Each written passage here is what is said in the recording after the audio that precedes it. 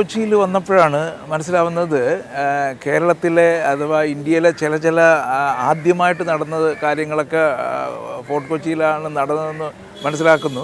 നമ്മളിവിടെ ഫോർട്ട് കൊച്ചിയിൽ വന്നിട്ട് ഈ ചൈനീസ് നെറ്റുകളൊക്കെ കണ്ടില്ലേ, ആ ചൈനീസ് നെറ്റുകളുടെ ഇപ്പുറത്ത് അതിനോട് പാരലായിട്ട് ഇവിടെ ഒരു ടാർ ഇട്ട റോഡുണ്ട്. ഇതാണ് കേരളത്തിലെ ആദ്യത്തെ ടാറിട്ട റോഡ്. ഇതാണ്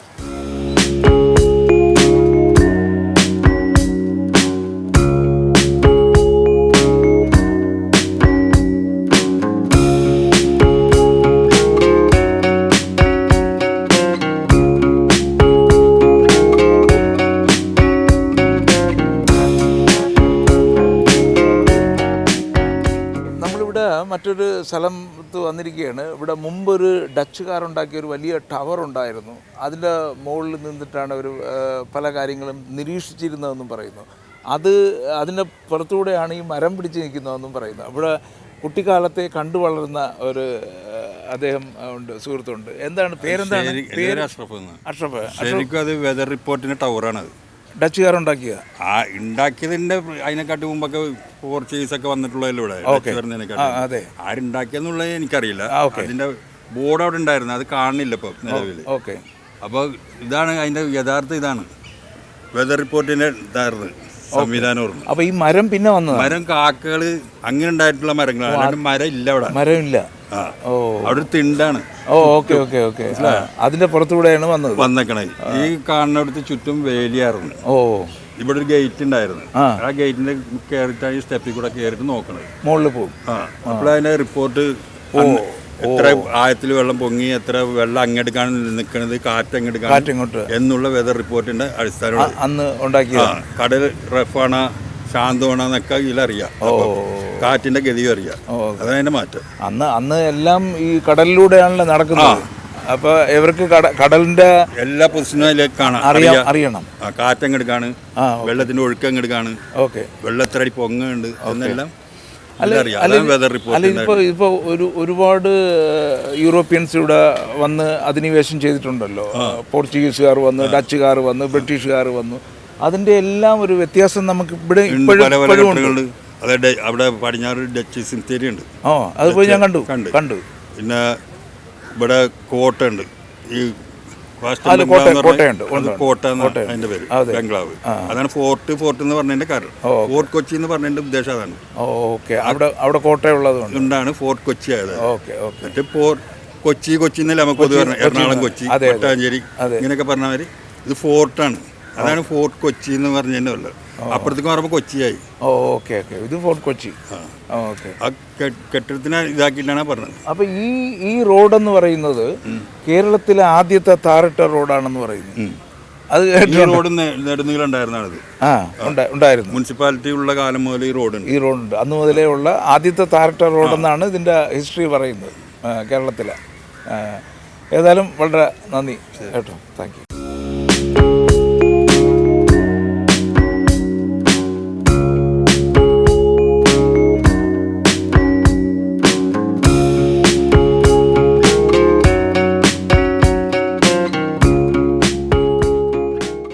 ഞങ്ങൾ വാട്ടർ മെട്രോയെ കുറിച്ച് എടുക്കാനായിട്ട് വന്നപ്പോഴാണ്. അപ്പോൾ വളരെ സർപ്രൈസിങ് ആയിട്ട് നമ്മളൊരു സുഹൃത്തിനെ ഇവിടെ വെച്ച് കണ്ടു. ഇവർ രണ്ടുപേരെയും എനിക്കറിയാവുന്നതാണ്. ജർമ്മനിയിൽ വളരെ കാലങ്ങളായിട്ടുള്ള ജർമ്മനിയിൽ ഇവിടെ ഒരു വലിയ ഹോട്ടലുണ്ട്, കില്ലിയൻസ് ഹോട്ടൽ. അതിൻ്റെ ഓണറാണ്. അപ്പോൾ സർപ്രൈസിങ് ആയിട്ട് റോഡ് ക്രോസ് ചെയ്തപ്പോൾ കണ്ടതാണ് കേട്ടോ.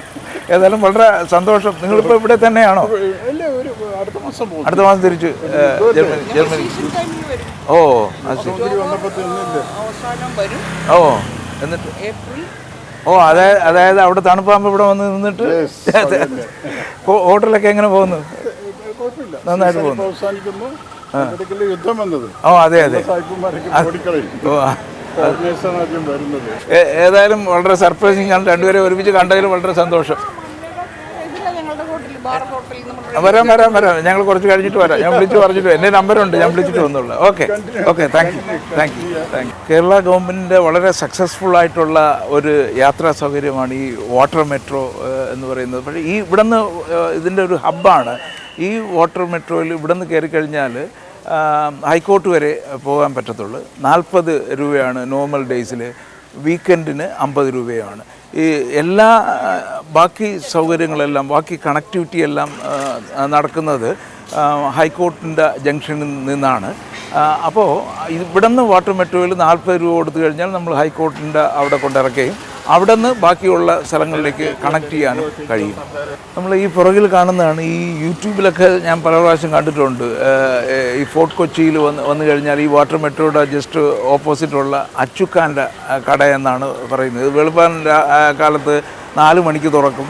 അപ്പോൾ തൊട്ട് ഇവിടെ തിരക്കാണ്. ഇതിലെ നടക്കാൻ പോകുന്ന ആൾക്കാരും എല്ലാം ബ്രേക്ക്ഫാസ്റ്റ് തൊട്ട് ഇവിടെ നിന്നാണ് കഴിക്കുന്നതെന്ന് പറയുന്നത്. വളരെ പോപ്പുലറാണ്. ഈ യൂട്യൂബിലൊക്കെ അടിച്ചു നോക്കിയപ്പോഴാണ് മനസ്സിലായത് ഇത് യൂട്യൂബേഴ്സിൻ്റെ ഒരു ഫേവറിറ്റ് സ്ഥലം കൂടിയാണ് അച്ചുക്കാൻ്റെ കട.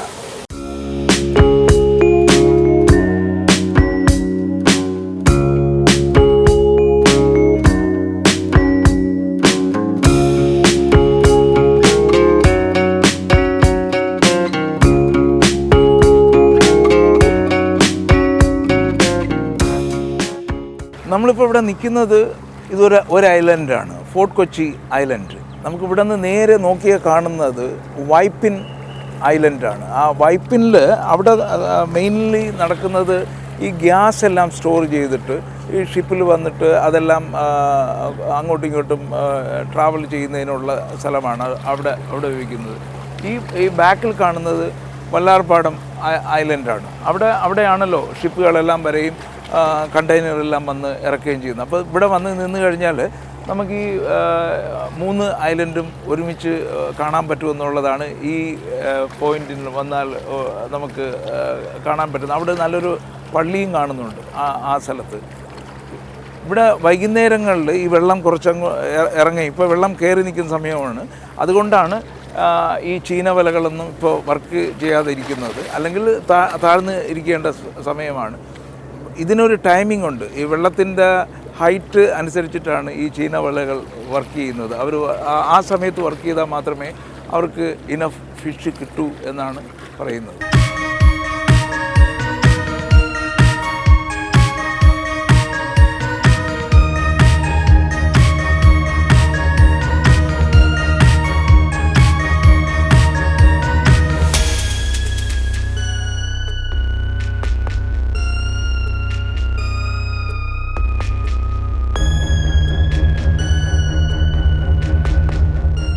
നമ്മളിപ്പോൾ എത്തിയിരിക്കുന്നത് സാന്താക്രൂസ് ബസിലിക്ക പള്ളിയുടെ മുമ്പിലാണ്. ഈ പള്ളിയുടെ പ്രത്യേകത എന്ന് വെച്ചാൽ കേരളത്തിലെ ആദ്യത്തെ പള്ളി എന്നാണ് പറയപ്പെടുന്നത്. ഇത് പോർച്ചുഗീസുകാരാണ് ഇത് ആദ്യം പണിതതും, പിന്നെ ഡച്ചുകാർ വന്ന് പുതുക്കി പണിത പള്ളിയാണ് നമുക്ക് ഇപ്പോൾ ബാക്കിൽ കാണുന്നത്.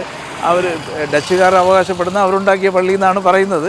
യഥാർത്ഥത്തിൽ പോർച്ചുഗീസുകാർ വന്നുണ്ടാക്കുകയും പോർച്ചുഗീസുകാരുടെ ഉണ്ടാക്കിയ പല ഇത്തരം കാര്യങ്ങളും ഡച്ചുകാർ വന്ന് പൊളിച്ചു കളഞ്ഞു എന്ന് നമ്മൾ നേരത്തെ പറഞ്ഞിട്ടുണ്ട്.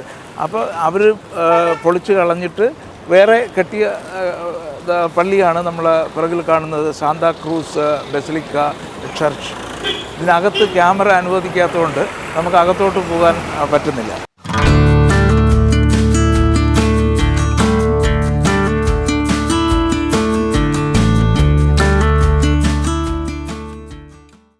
നമ്മളിപ്പോൾ എത്തിയിരിക്കുന്നത് ആസ്പ്രിൻ വാൾ എന്ന് പറയുന്ന ഒരു ബിൽഡിങ്ങാണ് ഈ ബാക്കിൽ കാണുന്നത്. ഇതിൻ്റെ പ്രത്യേകത എന്ന് പറഞ്ഞാൽ ആദ്യത്തെ ഇംഗ്ലീഷ് പത്രം ഇവിടെ നിന്നാണ് പ്രിൻ്റ് ചെയ്തിരുന്നതെന്നാണ് പറയപ്പെടുന്നത്. കൂടാതെ ഇപ്പോൾ കൊച്ചിൻ ബിനാലെ നടക്കുന്ന അതിൻ്റെ മെയിൻ ഓഫീസാണ് ഇവിടെ നടക്കുന്നത്. ഇവിടെ നിന്നാണ് ടിക്കറ്റ് എടുത്തിട്ട് ഇവിടെ കറങ്ങിയിട്ട് വേണം മറ്റ് സ്ഥലങ്ങളിലുള്ള ബിനാലെ നടക്കുന്ന സ്ഥലങ്ങളിലേക്കുള്ള എൻട്രൻസിനുള്ള എല്ലാം ഇവിടെ നിന്നാണ് ചെയ്യുന്നത്. ഈ ആസ്പ്രിൻ വാൾ എന്ന് പറയുമ്പോൾ നമുക്ക് അറിയാം അത് മെഡിസിൻ്റെ ഒരു പേരുമായിട്ട് റിലേറ്റ് ചെയ്ത് വരുന്നതുകൊണ്ട് ഇവിടെ ആദ്യം മെഡിസിൻ ഉണ്ടാക്കുന്ന സ്ഥലമായിരുന്നു എന്നും പറയപ്പെടുന്നു. പണ്ട് പണ്ട് പണ്ടു നിന്നെ കണ്ട നാളെയാ, ഒരു പാട്ട് പാടാൻ അറിയാത്ത താമരക്കിളി നീ. പണ്ട് പണ്ട് പണ്ടു നിന്നെ കണ്ട നാളെയാ, ഒരു പാട്ട് പാടാൻ അറിയാത്ത താമരക്കിളി നീ. കാണാനിന്നു വന്ന നേരം കാട്ടുപക്ഷിയല്ല നീ, കാണാനിന്നു വന്ന നേരം കാട്ടുപക്ഷിയല്ല നീ, വീണമീട്ടി പാടിടുന്ന സുന്ദരിയല്ലോ സുന്ദരിയല്ലോ. കൊച്ചിയെക്കുറിച്ച് പറയുമ്പോൾ ഈ പാട്ടുകൾക്ക്, ഗസൽ പാട്ടുകൾക്ക് വളരെ പ്രാധാന്യം ഉള്ള സ്ഥലമാണ്. നമ്മൾ പല പല സിനിമകളിലും കണ്ടിട്ടുണ്ട്. ഇങ്ങനെ വൈകുന്നേരങ്ങളിൽ ആൾക്കാർ ഒരുമിച്ച് കൂടുകയും ഗസൽ പാട്ടുകൾ പാടുകയും ചെയ്യുന്ന സ്ഥലമുണ്ടല്ലോ. ഇപ്പോൾ ഞങ്ങളിവിടെ വന്നപ്പോൾ മെഹബൂബ് മെമ്മോറിയൽ എന്ന് പറയുന്ന ഒരു ബിൽഡിംഗ് കണ്ടു. അതിനകത്തോട്ട് വന്നപ്പോഴാണ് മനസ്സിലായത് ഇതിനകത്ത് ഇപ്പോഴും ആൾക്കാർ വരെയും അവരുടെ ഈ ഗസൽ പാട്ടുകൾ പ്രാക്ടീസ് ചെയ്യുകയും ചെയ്യുന്നു. എല്ലാ വെള്ളിയാഴ്ചയും ഇവിടെ ധാരാളം പാട്ടുകാർ വരെയും അവരിവിടെ ഇരുന്ന് പാട്ട് പാടുകയും ചെയ്യുന്നു. നമ്മൾ പഴയ പല സിനിമകളിലും കണ്ടിട്ടുണ്ടല്ലോ, പഴയ കാലത്ത് ആൾക്കാർ വൈകുന്നേരങ്ങളിൽ കൂടിയിരിക്കുന്നു, പാട്ട് പാടുന്നു. അത് അതേ രീതിയിൽ പ്രിസർവ് ചെയ്തിരിക്കുന്ന ഒരു ബിൽഡിംഗ് കൂടിയാണ് ഇവിടെ. ഇത് പാട്ടും കലയോ താല്പര്യമുള്ളവർക്ക് ഇതും ഒരു വിസിറ്റ് ചെയ്യാവുന്ന ഒരു സ്ഥലം കൂടിയാണ് മെഹബൂബ് മെമ്മോറിയൽ ക്ലബ്. ഇതിൻ്റെ സെക്രട്ടറി ആണല്ലേ ഹുസൈൻ? ഓക്കെ. അപ്പോൾ ഇത് അന്ന് തൊട്ട് ഇങ്ങനെ കൈമാറി വരെയാണോ സെക്രട്ടറികൾ? അതിൻ്റെതായ പ്രവർത്തകർ അവർ തന്നെ ഇരുന്നാൽ മതി എന്നും പറഞ്ഞിട്ടാണല്ലോ. അതെ അതെ അതെ അതെ അതെ 45 വർഷമായിട്ട് കലാസംഘടനയാണ്. ഓക്കെ. ഇതിൻ്റെ ഫൗണ്ടർമാരിൽ ഒരാൾ മുംബൈയാണ്. ഓക്കെ. മുംബൈയുടെ മനസ്സിൽ വന്നൊരു സാധനമാണ് ഒരു ഗസൽ ട്രൂപ്പ്. കേരളത്തിലെ ആദ്യത്തെ ഗസൽ ട്രൂപ്പാണ് ഈ സംഘടന. മുഹബൂബായി എന്ന് പറഞ്ഞാൽ ഗായകൻ്റെ പേരിൽ ഉള്ള ഒരു സ്മാരകവും കൂടിയാണ് ഇപ്പോൾ ഇത്. വേറെ ഒന്നുമില്ല. 58ഓളം പാട്ടുകൾ പാടുന്നു, 36 സിനിമകളിൽ പാടിയിട്ടുണ്ട്. ദാസേട്ടനേക്കാളും മുമ്പ് സിനിമയിലൊക്കെ പാടിക്കൊണ്ടിരുന്നതാണ്. അദ്ദേഹത്തിൻ്റെ നാമധേയത്തിൽ തുടങ്ങിയതാണ്. ഓക്കെ. അതേതായാലും നന്നായി. ഇവിടെ ഞങ്ങളിവിടെ യാദൃശ്ചികമായിട്ട് വന്നപ്പോൾ കാണുകയും സന്തോഷം.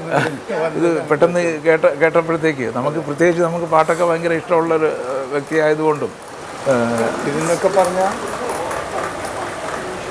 ഇതൊക്കെ നമ്മൾ നടത്തിയ ചെറിയ ചെറിയ പരിപാടികളുടെ ഇതൊക്കെ മറ്റേ രാഘവ മാസ്റ്റർ കൂടെ റെക്കോർഡിങ്ങിൻ്റെ മെഹബൂബായും ദാസേട്ടൻ്റെ മെഹബൂബായുടെ ഒരു പ്രോഗ്രാം കൺസെർട്ടാണ്. അപ്പോൾ അങ്ങനെയുള്ള കുറേ സംഭവങ്ങൾ. അദ്ദേഹത്തിൻ്റെ ഒരു നല്ലൊരു ഫോട്ടോ പോലും ഇല്ല എന്നുള്ളതാണ് ആ കാലത്ത്. ശരിയാണ്. നിങ്ങൾ ചെമ്മീനുണ്ടായിരുന്നു. ഓക്കെ. ചെമ്മീൻ നല്ല അടിപൊളിയായിട്ടൊരു ഫോട്ടോ ഉണ്ടായിരുന്നു. ഓക്കെ. പുള്ളിയുടെ ഇപ്പം പ്രാബല്യത്തിൽ കിടക്കുന്ന ഫോട്ടോ ഇതാണ് ഒരു പ്രോഗ്രാമിലെടുത്ത ഫോട്ടോയാണ് എല്ലാവരും ഉപയോഗിക്കുന്നത്. ഓക്കെ.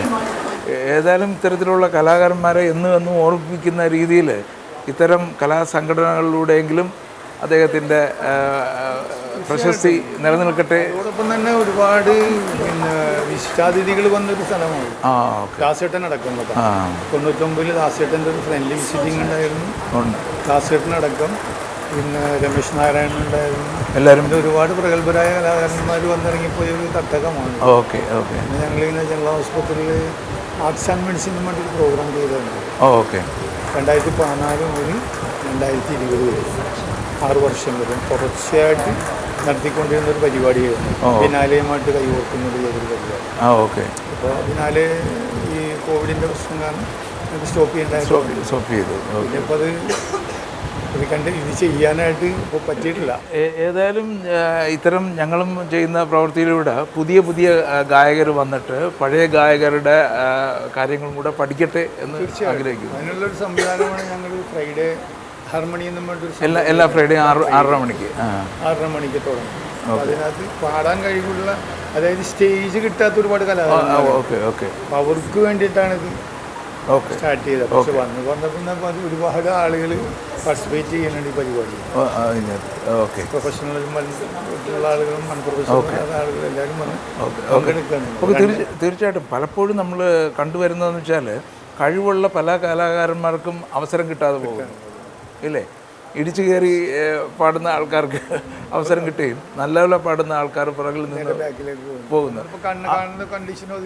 അതെ. അപ്പോൾ അങ്ങനെയുള്ള ആൾക്കാർക്ക് ഇവിടെ വന്ന് എല്ലാ വെള്ളിയാഴ്ചയും വൈകിട്ട് 6:30 മണിക്ക് പാടിക്കഴിഞ്ഞാൽ ആരെങ്കിലുമൊക്കെ കേൾക്കും, എവിടെയെങ്കിലുമൊക്കെ എത്താൻ കഴിയും.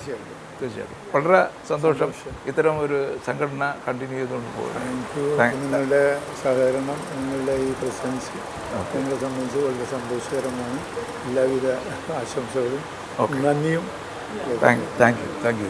നമ്മൾ ഏതായാലും മെഹബൂബ് മെമ്മോറിയൽ ഓർക്കസ്ട്രയുടെ ഓഫീസിൽ വന്നിരിക്കുകയല്ലേ. അപ്പോൾ നമുക്ക് ഏതായാലും അതിൻ്റെ പാട്ടിൻ്റെ ഒരു ഫീല് കിട്ടണമല്ലോ. താങ്കൾ പാടുമല്ലോ.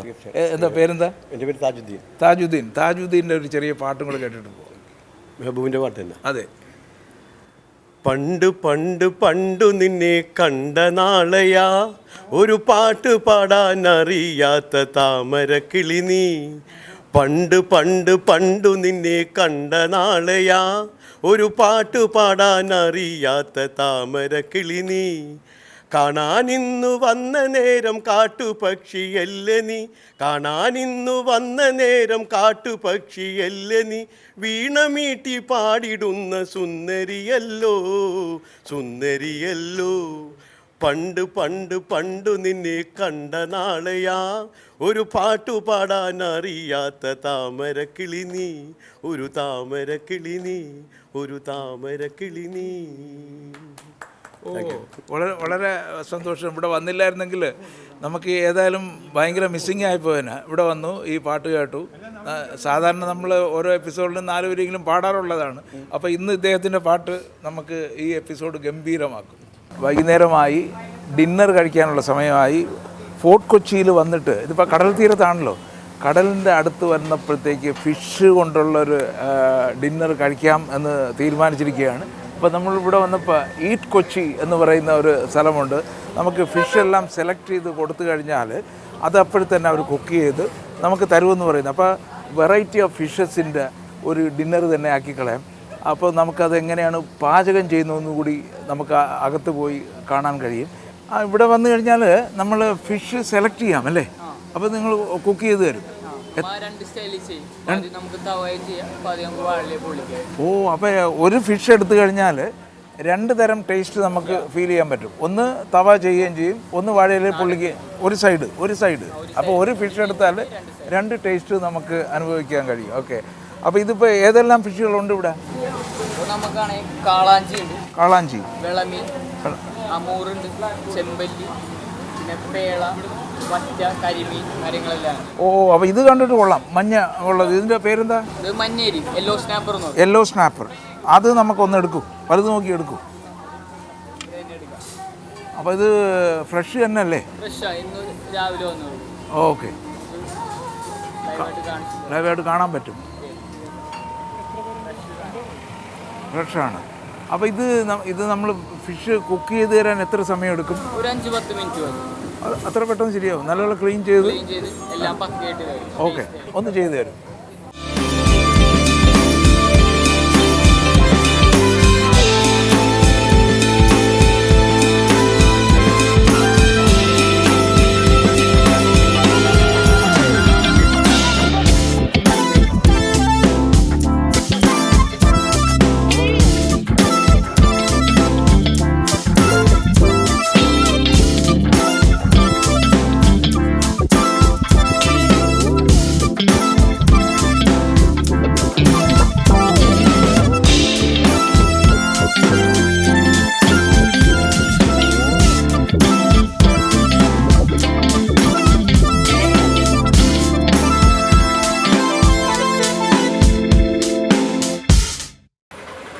നമ്മളെ ഫിഷൊക്കെ വന്നിട്ടുണ്ട്. ഇത് തവ, ഇത് പകുതി തവ. ഓക്കെ, ഇനിയും ഉണ്ടല്ലേ? വരട്ടെ.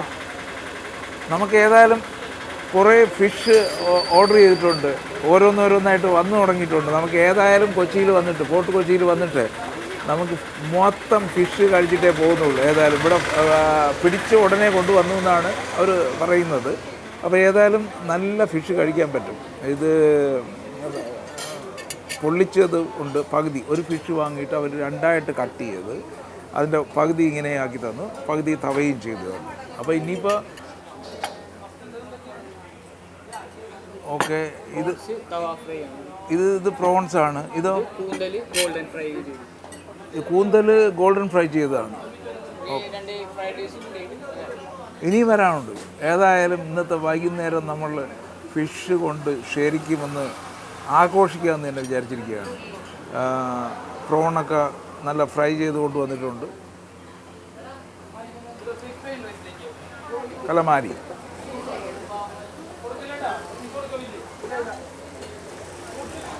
നല്ല ടേസ്റ്റ്. ഇപ്പോൾ ഫ്രഷായിട്ട് അവർ ഉണ്ടാക്കുന്നതല്ലേ, ഇവിടെ വന്നിട്ട് അവർ ഫ്രൈ ചെയ്തും കൊണ്ടുവരുമ്പോൾ അതിൻ്റെ കറക്റ്റ് ചൂടുണ്ട്, നല്ല ടേസ്റ്റിയാണ്. ഇതിൽ പ്രോണൊക്കെ ഉണ്ടല്ലോ, നല്ല രീതിയിൽ അവർ ചെയ്തിട്ടുണ്ട്. ഇതാണ്. ഇനി വല്ല മരം ഉണ്ടോ? അപ്പോൾ ഇത്രയും നമ്മൾ ഓർഡർ ചെയ്തിട്ടുണ്ട്. അപ്പോൾ ഇത് കാണുമ്പോൾ വിചാരിക്കും ഞാൻ ഇത്രയും കൂടെ ഒരുമിച്ച് കഴിക്കാൻ പോകുന്നത്. എനിക്ക് മാത്രമല്ല, എന്നാലും ഞങ്ങളുടെ കൂടെ ഉള്ള എല്ലാവർക്കും കൂടെ ഞങ്ങൾ ഓർഡർ ചെയ്തിരിക്കുകയാണ് ഇത്. പക്ഷേ ഇത്രയാണ് ഞങ്ങൾ ഇന്ന് കഴിക്കുന്നത്. പക്ഷേ ഇവിടെ വരുമ്പോൾ ഇതിൻ്റെ ആംബിയൻസ് എന്ന് പറഞ്ഞു കഴിഞ്ഞാൽ നമുക്ക് ബാക്കിൽ നോക്കുമ്പോൾ കാണാമല്ലോ, APJ അബ്ദുൽ കലാമുണ്ട്, വിൻസെൻ്റ് ചർച്ചിലുണ്ട്, സ്റ്റാലിനുണ്ട്, മദർ തെരേസ ഉണ്ട്, മഹാത്മാഗാന്ധി ഉണ്ട്, നെൽസൺ മണ്ടേല ഉണ്ട്, ബാക്കി എനിക്ക് തോന്നുന്നു ഷേക്സ്പിയറിൻ്റെ എല്ലാം. ഇതെല്ലാം വെച്ചിട്ട് നല്ലൊരു ആംബിയൻസും ഇവിടെ ഉണ്ടാക്കി വെച്ചിട്ടുണ്ട്. അപ്പോൾ ഈ ഫുഡ് കഴിക്കുന്നതിനോടൊപ്പം തന്നെ റോഡ് സൈഡിലാണ്. അപ്പോൾ ഈ ഈവനിങ്ങിൽ വന്നു കഴിഞ്ഞാൽ ഇവിടെ നമുക്ക് നോക്കിക്കഴിഞ്ഞാൽ ഇഷ്ടംപോലെ ആൾക്കാരുണ്ട്, ഫോറിനേഴ്സുണ്ട്, വിദേശത്തു നിന്ന് വന്ന മറ്റ് ഇന്ത്യക്കാരുണ്ട്, നോർത്ത് ഇന്ത്യയിൽ നിന്ന് വന്ന ആൾക്കാരുണ്ട്. ഇതെല്ലാം കൂടെ നമുക്കൊരു ശരിക്കും നല്ലൊരു ഈവനിങ് സ്പെൻഡ് ചെയ്യാൻ പറ്റിയ ഒരു സ്ഥലം കൂടിയാണിത്. ഇതുണ്ടല്ലോ, ഇതിൻ്റെ ഗ്രേവിയൊക്കെ ഉണ്ടല്ലോ, വളരെ ടേസ്റ്റിയാണ്. എനിക്ക് തോന്നുന്നു നല്ല എണ്ണയാണ് അവർ ഉപയോഗിക്കുന്നത്. നമുക്ക് കാണാമല്ലോ എണ്ണ ഉപയോഗിക്കുന്നത്, ഫ്രഷായിട്ടുള്ള എണ്ണയാണ് ഉപയോഗിക്കുന്നത്. പല കടകളിലും നമുക്ക് അകത്ത് കാണാൻ പറ്റില്ലല്ലോ. ഇവിടെ വന്നു കഴിഞ്ഞാൽ ഓപ്പൺ കിച്ചണാണ്, നമുക്ക് കാണാൻ കഴിയും. അപ്പോൾ ഇത് നന്നായിട്ട് വെന്തിട്ടുമുണ്ട്. ഈ ഉള്ളിക്കൊക്കെ ഉണ്ടല്ലോ നല്ല എരിവുമുണ്ട്. ഈ മസാല കൂട്ടിനും നല്ല ടേസ്റ്റാണ്. ഇത് വെറും തവ ആയിട്ട് ചെയ്തിരിക്കുകയാണ്, വെച്ചിട്ട് ശരിക്കും ഫ്രൈ ചെയ്ത് എടുത്തിരിക്കുകയാണ്. നമുക്ക് അപ്പോൾ ഒരു മീൻ വാങ്ങിക്കഴിഞ്ഞാൽ രണ്ടായിട്ട് കട്ട് ചെയ്ത് ഒന്ന് നമ്മൾ ശരിക്കും ഫ്രൈ ചെയ്യുകയും ചെയ്ത് ഇത് നമ്മൾ പൊള്ളിച്ചു കൊടുത്തു. അപ്പോൾ രണ്ടിനും രണ്ട് ടേസ്റ്റാണ്. പിന്നെ പ്രോണുണ്ട്, കലമാരിയുണ്ട്, ഫ്രൈഡ് റൈസും കൂടെ വാങ്ങിയിട്ടുണ്ട്. ഏതായാലും നല്ല ടേസ്റ്റി ഫുഡാണ് കിട്ടിയിരിക്കുന്നത്. ഫ്രഷ് ഫിഷാണെന്നുള്ളതിന് കഴിച്ചാൽ അപ്പം തന്നെ അറിയാൻ പറ്റും. ഇതെല്ലാം ഫ്രഷ് ഫിഷ് തന്നെയാണ്. ഇതിലിവിടെ നമ്മൾ കഴിച്ചിട്ടുണ്ടല്ലോ, ചില ഫിഷുകളൊക്കെ കഴിക്കുമ്പോൾ നമുക്ക് കഴിക്കുമ്പോഴേ അറിയാം അത് ഫ്രഷ് അല്ലെന്ന്. പക്ഷേ ഇതെല്ലാം ഇവിടെ നിന്ന് പിടിക്കുന്ന അത് ഫ്രഷ് ഫിഷാണ്, നമുക്ക് നോക്കിയെടുത്ത് കൊടുക്കാവുന്നതുമാണ്. ഞങ്ങൾ കന്യാകുമാരിയിൽ നിന്ന് കാസർഗോഡ് വരെ പോകുമ്പോൾ ഞാൻ നേരത്തെ കാണിച്ചിട്ടുണ്ട്, നമ്മൾ ഹയത്തിലെ ഫുഡ് കഴിച്ചു, കള്ള് ഷാപ്പിലെ ഫുഡ് കഴിച്ചു, ചെറിയ റോഡരികിലുള്ള റെസ്റ്റോറൻറ്റുകളിൽ കയറി കഴിച്ചു. ഇവിടെ കൊച്ചിയിൽ വന്നപ്പോൾ, കൊച്ചി ഫിഷിൻ്റെ സ്ഥലമാണല്ലോ, അപ്പോൾ ഇവിടുന്ന് ഫ്രഷ് ഫിഷ് കിട്ടും, നല്ല ഫുഡ് കഴിക്കാമെന്ന് വിചാരിച്ച് ഞങ്ങൾ ശരിക്കും ഫിഷിൻ്റെ ഐറ്റംസ് മാത്രമാണ് ഓർഗനൈസ് ചെയ്തിരിക്കുന്നത്. മാത്രമല്ല ഇത് റോഡ് സൈഡാണ്, ഇതിൻ്റെ സൈഡിൽ കൂടെ കാറെല്ലാം പോകുന്ന സ്ഥലങ്ങളാണ്. റോഡ് സൈഡിൽ ഇരുന്നുകൊണ്ട് ഇത്രയും ഫ്രീ ആയിട്ട് ഇത്രയും നല്ല ഫുഡ് കഴിക്കുക എന്ന് പറഞ്ഞാൽ അതൊരു ദൈവാനുഗ്രഹം തന്നെ എന്ന് പറയണം. കാരണം ഇപ്പോൾ കേരളത്തിൻ്റെ എല്ലാ സ്ഥലത്തെയും ടേസ്റ്റ് നമുക്കറിയാൻ പറ്റും. എവിടെ നോക്കിയാലും, ഇപ്പോൾ ട്രിവാൻഡ്രത്ത് നോക്കിയാലും കന്യാകുമാരി നോക്കിയാലും ഫുഡിൻ്റെ ടേസ്റ്റിന് തനതായ വ്യത്യാസങ്ങളുണ്ട്. അത് ടേസ്റ്റിയാണെന്ന് വെച്ചാൽ എല്ലാം ടേസ്റ്റിയാണ്, പക്ഷേ വ്യത്യസ്തമായിട്ടാണ് അവർ കുക്ക് ചെയ്യുന്നത്. ഒരു പക്ഷേ ഇതിൽ ഇടുന്ന ഇൻഗ്രീഡിയൻസ് വ്യത്യാസമായിരിക്കും, പിന്നെ അവർ പാചകം ചെയ്യുന്ന രീതി വ്യത്യാസമായിരിക്കും. അങ്ങനെ വരുമ്പോൾ നമ്മളെ ടേസ്റ്റ് അതിനോടൊപ്പം അഡ്ജസ്റ്റ് ചെയ്യുകയാണ്. അതുകൊണ്ട് തന്നെ ശരിക്കും ഭാഗ്യവാന്മാരാണ് കേരളത്തിലുള്ളത്. ഇത്രയും വിവിധ തരം ഫുഡുകൾ നമുക്ക് ഒരേ സമയം എൻജോയ് ചെയ്യാൻ കഴിയുന്നുണ്ടല്ലോ എന്നാണ്. ഒരു സ്ഥലം മാറുക എന്നുള്ളതേ ഉള്ളൂ. ഇവിടെ കഴിക്കുന്ന ഒരു മസാല ദോശ വേറൊരു സ്ഥലത്ത് പോയി കഴിക്കുമ്പോഴത്തേക്ക് ഒരു വ്യത്യാസമുണ്ട്. കാരണം വെച്ചാൽ അതിനകത്ത് വയ്ക്കുന്നത്, ഞാൻ ഒരു സ്ഥലത്ത് നിന്ന് ഇപ്പോൾ കഴിച്ച ബീറ്റ്റൂട്ടാണ് അതിനകത്ത് വെച്ചിരിക്കുന്നത്. പിന്നെ വേറൊരു സ്ഥലത്ത് കഴിച്ചപ്പോൾ ക്യാരറ്റും ഉരുളൻകിഴങ്ങും എല്ലാം കൂടെ ഇട്ട് വെച്ചിരിക്കുന്നത്. അപ്പോൾ ഓരോ സ്ഥലത്ത് ചെല്ലുമ്പോഴും വളരെ വ്യത്യാസമായിട്ടാണ് നമ്മൾ ഒരേ കാര്യം തന്നെ. ഇപ്പോൾ ഈ തവ ഫ്രൈ തന്നെ നമ്മൾ ട്രിവാൻഡ്രത്ത് നിന്ന് കഴിച്ചു, കൊച്ചിയിൽ വന്ന് കഴിക്കുമ്പോൾ കൊച്ചിയിലേന് വേറെ ടേസ്റ്റും, ഇപ്പോൾ ട്രിവാൻഡ്രത്ത് കഴിച്ചപ്പോൾ മറ്റൊരു ടേസ്റ്റുമാണ് നമുക്ക് ഫീൽ ചെയ്തത്. അപ്പോൾ ഇത് നമ്മൾ ഏറ്റവും 5 സ്റ്റാർ ഹോട്ടലിൽ പോയി കഴിക്കുന്നതിനേക്കാൾ വളരെ ടേസ്റ്റി ആയിട്ട് നമുക്ക് ഇത്തരത്തിലുള്ള ചെറിയ ചെറിയ കടകളിൽ കഴിക്കുമ്പോൾ ഒരു അനുഭവം ഉണ്ടാകുന്നതെന്ന് കൂടി നമുക്ക് ഈ അവസരത്തിൽ പ്രത്യേകിച്ച് പറയേണ്ടിയിരിക്കുന്നു.